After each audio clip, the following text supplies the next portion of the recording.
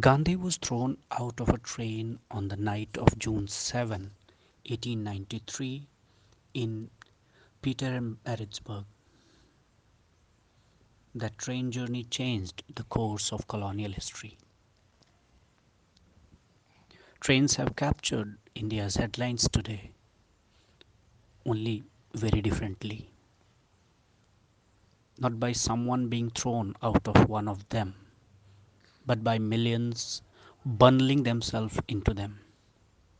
They are all migrant workers, exactly as Gandhi himself was in South Africa, except that he was a lawyer with a solid income and in a different country. These migrant workers were locked out of livelihoods and of ways of travel in their own country, but in a far distant part of it when a lockdown was imposed to contain the spread of the virus.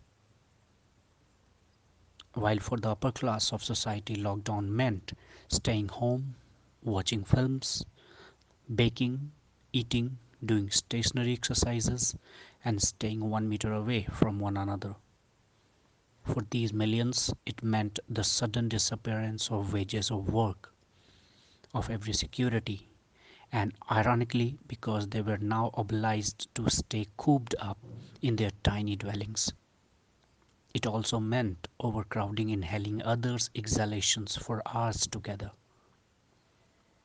So they moved on foot, no matter how far they had to go, just to get back home, and for the reason that they were breaking the lockdown rules. They were pushed back until it dawned on those who mattered that these fellow human beings had to get home to stay home. And trains were deployed, too few for too many. They saw the opposite of social distancing. I believe the railways when they say that as many as 80 migrant workers who died on these trains died not due to infection or starvation. I want to believe that, for I trust the railways and the government to speak the truth. But even the railways do not say these persons did not die. We are thinking of heroes today. May I speak of a little heroine? The indefatigable documenter of rural livelihoods in India, P. Sainath, and his colleagues Pushpa Usendi Rokade, Purushottam Thakur, and Kamlesh Pankara, tells us Jamlo Madkam was a 12-year-old from the tribal Mudia community of Chhattisgarh who went with others of her village to Telangana to work on chili farms. When the lockdown was announced, she was told her work had stopped and she might as well leave. So, with others, the little one walked. Over 3 days and 140 kilometers, she walked, and when she was just 60 kilometers from her village and could walk no more, collapsed and died. The virus did not kill her. She was thrown out of no train, but she was thrown out of opportunity, pushed out of life. No government, no politician, no employer, but the whole lot of India's consumerist population, we did that.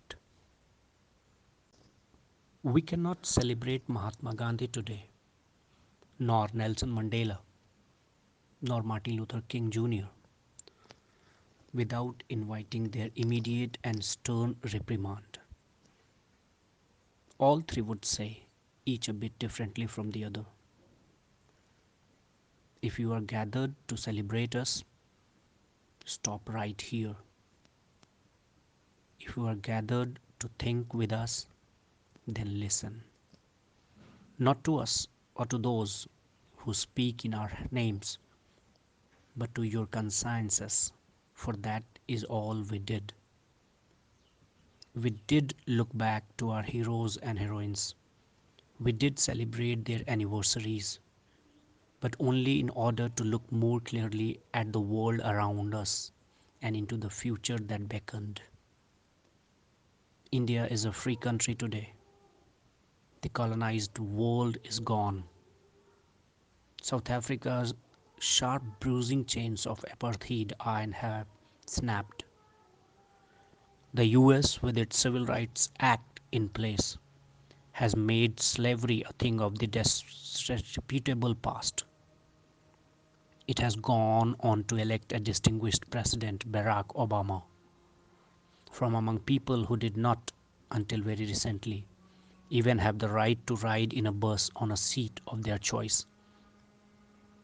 But are you Indians, South Africans, Americans, a happy and contented people?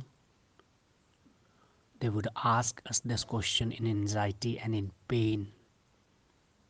We know the answer. It lies in the gluttony of a civilization. India, South Africa, the US, and the whole world are in the grip of the vicious virus that goes by the name of COVID 19, but are in reality in the grip of the gluttony of a civilization that is disemboweling the earth of its resources and is hunting down the earth's life forms of to gratify its craving for commercial profit. There is a wild animal market in every city and town, and more significant than that, within each of us who are not among the poor, in the shape of a callous disregard of life and the sanctity of due proportion. The crown of the novel coronavirus microbe is not different either in its human origins nor its inhuman effect from the giant plumes that rose over the embers at Hiroshima and Nagasaki. Its victims are like those of the bomb, innocent human beings, invariably poor and marginalized.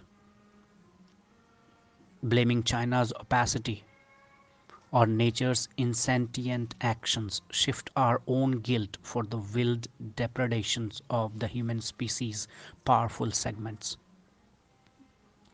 Nature is not taking it out on us.